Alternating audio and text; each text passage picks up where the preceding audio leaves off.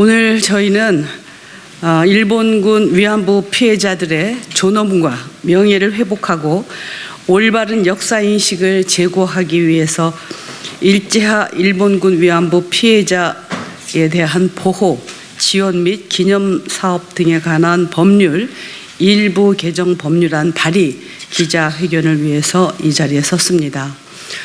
먼저 참석자분들을 소개해드리겠습니다. 남인순 의원님, 김홍걸 의원님 참석하셨습니다.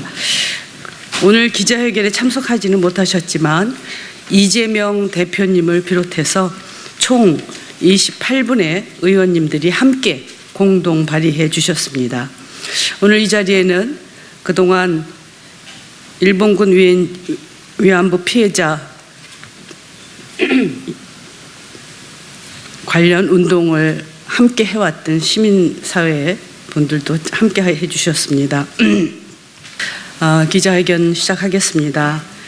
기자회견은 이 자리에 참석해 주신 두 분 의원과 제가 함께 기자회견문을 낭독하고 이나영 이사장님과 조영선 회장님 그리고 이경희 대표님 순으로 말씀 듣도록 하겠습니다.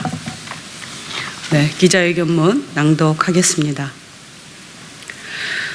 1991년 8월 14일 일본군 위안부 피해자 고 김학순 할머니께서 자신의 피해 사실을 최초로 공개 증언하셨습니다. 그 용기에 또 다른 용기가 더해지면서 일본군 위안부 문제가 전 세계에 알려지게 되었고 세계의 피해자들과 시민들이 함께 연대하며 문제 해결을 위해 노력해 왔습니다. 1993년에는 일제하 일본군 위안부에 대한 생활안정지원법이 제정되었고 2017년에는 일본군 위안부 피해자 기림의 날을 국가기념일로 공식 지정하였습니다. 일본군 위안부 문제를 기억하고 계승하며 피해자를 돌보고 지원하는 일은 국가의 책임으로 확장되었습니다. 일본군 위안부 문제는 이제 인류 보편의 여성 인권 운동이자 세계적인 평화 운동이 되었습니다. 유엔의 인권 기구뿐만이 아니라 미국 등 세계 여러 나라에서 위안부 문제 해결을 요구하는 결의를 채택하고 있습니다. 전 세계적인 노력에도 불구하고 일본 정부는 여전히 전쟁 범죄의 책임을 회피하고 있습니다.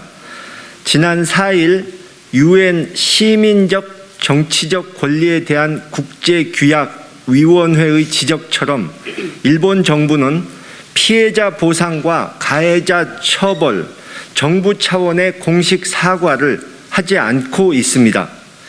일본이 책임을 회피하는 동안 국내외에서는 일본군 위안부 관련 역사를 공공연하게 부정하거나 왜곡하고 피해자를 모욕하며 존엄과 명예를 훼손하는 사례가 늘고 있습니다. 여가부 등록 일본군 위안부 피해자 가운데 살해당하거나 강간당한 피해자는 단 1명도 없다거나 일본군 위안부는 우리의 부끄러운 자화상이다라며 차마 입에 담지 못할 모욕적인 언사를 공공연하게 주장하고 있습니다.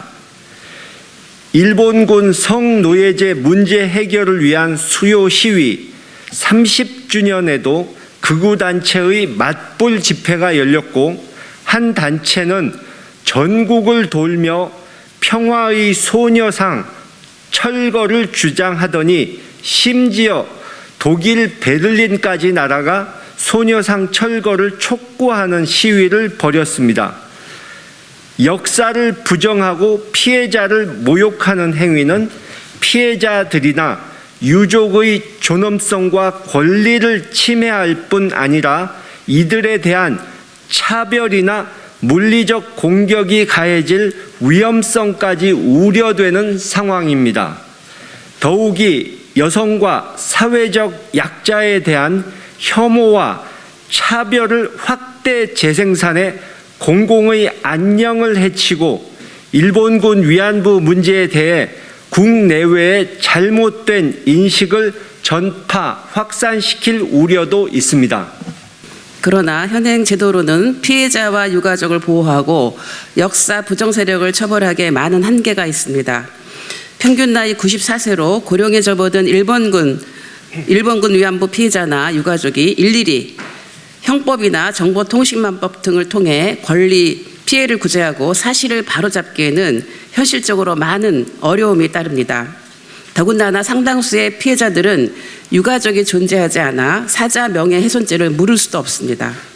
일본군 위안부, 역사 부정, 피해자에 대한 모욕, 명예훼손, 허위사실 유포 등을 금지하고 재발을 방지하기 위한 제도적 구제 조치가 절실합니다. 미래 세대에게 올바른 역사의식을 심어주고 약자에 대한 혐오 확산을 멈추기 위해서라도 일본군 위안부 피해자에 대한 인권 침해 및 명예훼손과 허위사실 유포 행위를 더욱 강력하게 금지해야 합니다. 이에 일제하 일본군 위안부 피해자에 대한 보호, 지원 및 기념사업 등에 관한 법률을 개정해 일본군 위안부 피해 사실을 부인 또는 왜곡하거나 허위의 사실을 유포하여 일본군 위안부 피해자의 명예를 훼손하는 것을 금지하고 일본군 위안부 피해자에 관하여 방송이나 기타 출판물 또는 정보통신망 등을 이용하여 허위 사실을 유포하는 자를 5년 이하의 징역 또는 5천만 원 이하의 벌금으로 엄격히 처벌하여 피해자들의 존엄과 명예를 회복하고 올바른 역사 인식을 제고하고자 합니다. 21대 국회는 얼마 남지 않은 피해 생존자들, 끝내 일본의 사과를 받지 못하고 돌아가신 피해자들, 그리고 대한민국 국민의 입장에서 인류 보편적 가치를 옹호하고 역사의 진실을 밝히는 길에 언제나 함께 하겠습니다. 어떻게 보면 지난 31년 동안 위안부 피해자들의 위안부 피해자 문제에 대해서 전 세계에 이 문제를 알리고 그리고 일본의 사과와 그리고 배상 그리고 역사 교육을 주장하면서 활동해왔던 우리 시민사회가 30년 가까운 기간 동안도 이런 어떤 현상 이런 것이 있은 적이 없었습니다. 참 안타깝고 이런 법을 만들어야 된다고 하는 이런 현실이 좀 답답한 상황이긴 합니다. 그동안 활동을 쭉 해오셨던 우리 시민사회의 세 분께서 말씀을 좀 해주시겠습니다. 안녕하세요. 정의기억연대 이나영입니다. 감사합니다. 반갑습니다.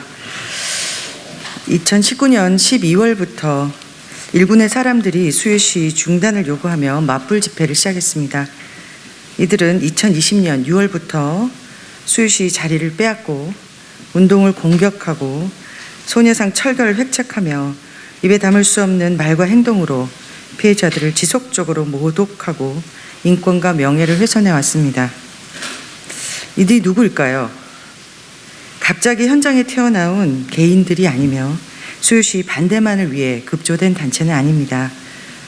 5.18 망언, 세월호 망언을 서슴지 않고 경제적 사회적 약자를 비하하며 차별금지법 제정을 극렬히 반대하고 일장기와 성조기를 흔들며 우리 역사와 주권을 부정하고 색깔론으로 진보 시민사회를 지속적으로 비방해온 넷윅, 사이비 미디어, 광장극우들입니다.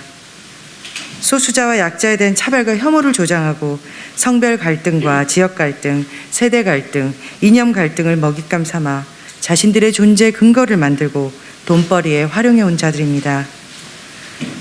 때로는 학문의 자유를 빙자한 역사 수정주의자들, 악에 찬 거짓 선동을 일삼는 역사 부정론자들, 반일 종족주의 현상을 만들어 일본 천황제 종족주의자들과 협업하고 상호 참조하며 자신들의 세력을 확장해온 사람들입니다.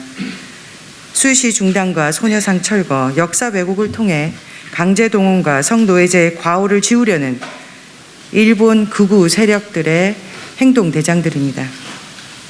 이들의 궁극적 목적은 수요시 중단과 피해자 공격에만 머물러 있지 않습니다. 식민주의 역사강으로 대한민국 헌정 질서를 흔들고 민주주의와 평등, 인권의 가치를 뿌리째 훼손하는 것입니다. 피해자의 존재를 지우고 입을 봉하며 역사의 시침을 되돌리려는 오만방자한 일본 극우들의 소망을 실현하려는 것입니다. 평화로운 세상을 꿈꾸며 인권의 가치를 실천하고자 하는 우리는 이들을 더 이상 방치할 수 없게 되었습니다. 이들이 활개칠 세상이 어떨지 너무도 자명하기 때문입니다.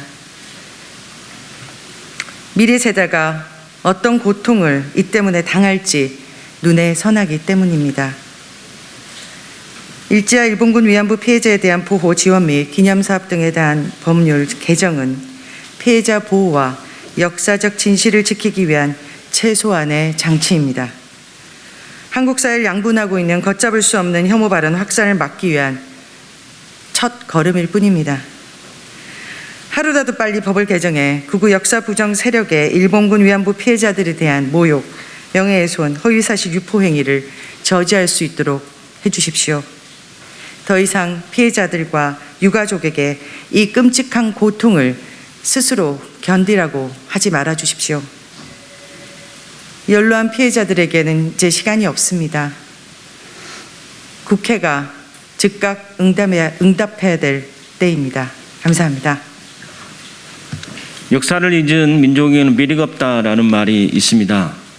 우리 대한민국의 제정헌법 이래로 현행 헌법이 이르기까지 3.1운동의 독립정신 그리고 임시정부의 법통을 개성한다라고 하는 헌법 정문에 우리 대한민국의 정책성들이 명징하게 드러나고 있다고 생각합니다.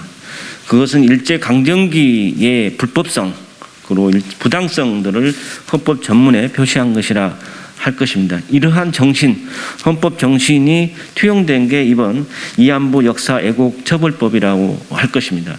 나치 관련해서 독일 형법에서도 나치 지배를 승인하거나 이를 정당화하는 부분들에 대한 형사처벌을 하고 있습니다. 이거는 독일 정부가 끊임없이 나치에 관련된 자기 반성, 자기 성찰을 하는 하나의 징표라고 할 것이고 그게 여러 국제사회에서 독일의 이상을 높여주고 있는 부분들입니다. 그러면서 우리 위안부 역사 왜곡 처벌법은 만시지탄일 수도 있다 이런 생각이 듭니다. 최근에 벌어지고 있는 극단적인 혐오 그리고 발언 그리고 심지어 애국에까지 나가서서 원정으로 여러 가지 극우적 발언과 행태를 보이는 것은 대한민국의 국격을 실추하는 것뿐만 아니라 우리 역사를 부인하는 것으로서 용납할 수 없다고 할 것입니다.